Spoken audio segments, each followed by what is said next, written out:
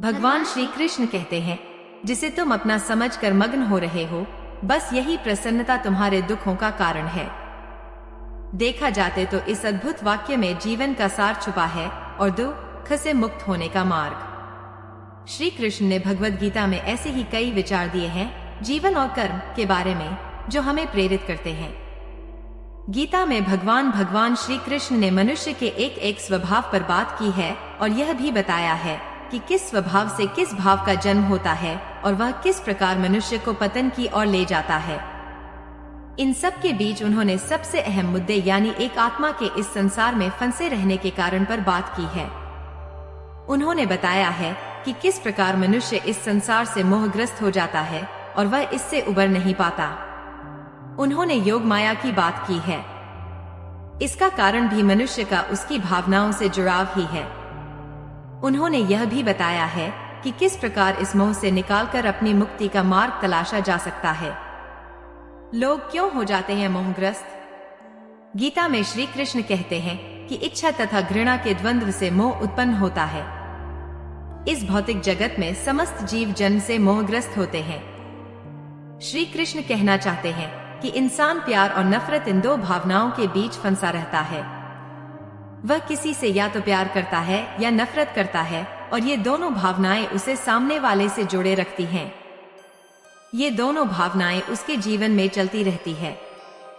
वह कामनावश, इच्छावश अथवा प्रेम में किसी चीज को पाना चाहता है जो मोह को जन्म देती है और फिर न मिलाने पर उससे बेइंतहा नफरत करने लगता है। उसकी भावना भले ही बदल गई है, लेकिन वह मोह उससे दूर नहीं गया है। मनुष्य जीवन भर कामना करता रहता है और उसमें फंसा रहता है। यही तो योग माया है। जीवन में सुख और दुख तो लगा ही रहता है, लेकिन इंसान होने के नाते हमें जब भी दुख मिलता है तो हम भगवान को दोष देना शुरू कर देते हैं। हम बार बार भगवान से शिकायत करना शुरू कर देते हैं कि वो हमें इतना दुख क्यों दे रहे, वो हमारी प्रार्थना क्यों नहीं सुन रहे।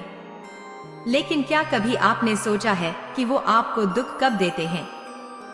ईश्वर आपको दर्द, दुख और पीड़ा तभी देते हैं जब उन्हें आपको आपके पाप के प्रति जागरूक करना होता है।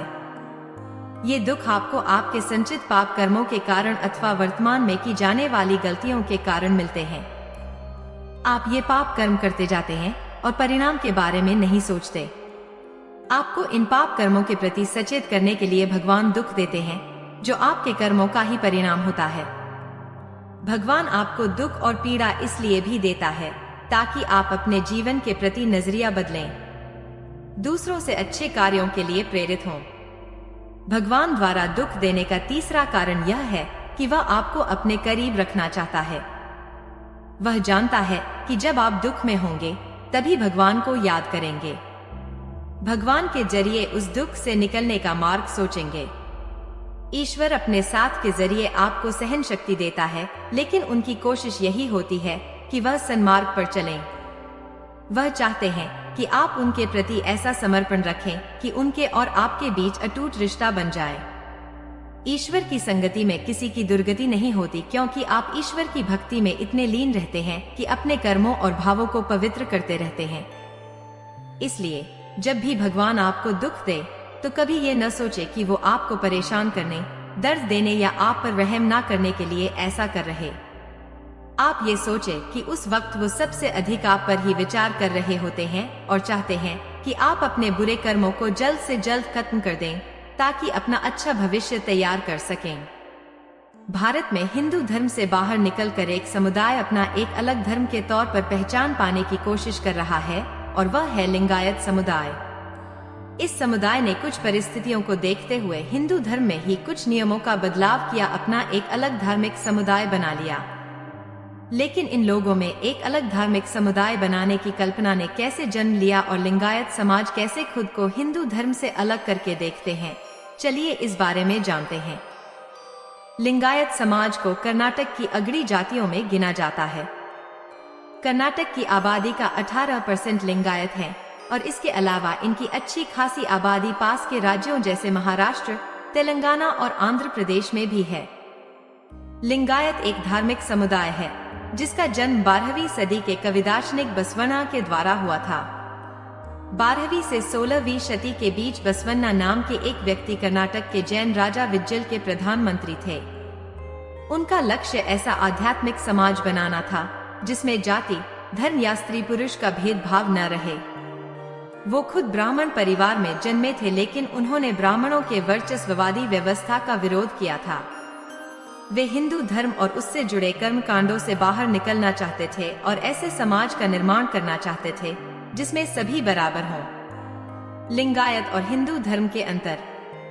एक लिंगायत समुदाय के लोग मृत्यु के बाद शव को दफनाते हैं, जबकि हिंदू धर्म में जलाया जाता है।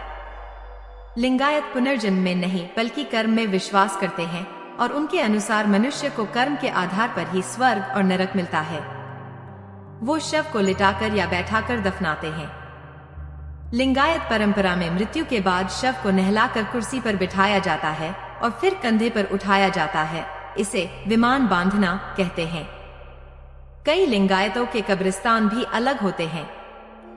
2 लिंगायत समुदाय के संस्थापक बासवन्ना ने सभी वेदों को मानने से इनकार कर दिया था। वह मूर्ति पूजा के भी सख्त खिलाफ थे। इसलिए लिंगायत समुदाय के लोग मूर्ति पूजा नहीं करते। वो भगवान शिव को मानते हैं पर उनकी पूजा नहीं करते, बल्कि इष्टलिंग की पूजा करते हैं। इष्टलिंग एक गेंदनुमा आकृति होती है जिसे यह धागे से अपने शरीर पर बांधते हैं। 3 लिंगायत समुदाय में अंतरजातीय विवाह को मान्यता दी गई है। हिंदू धर्म में जातीय भेदभाव बहुत अधिक है और विवाह के मामले में यह और जटिल हो जाता है, जबकि लिंगायत समुदाय जात पात को अहमियत नहीं देता।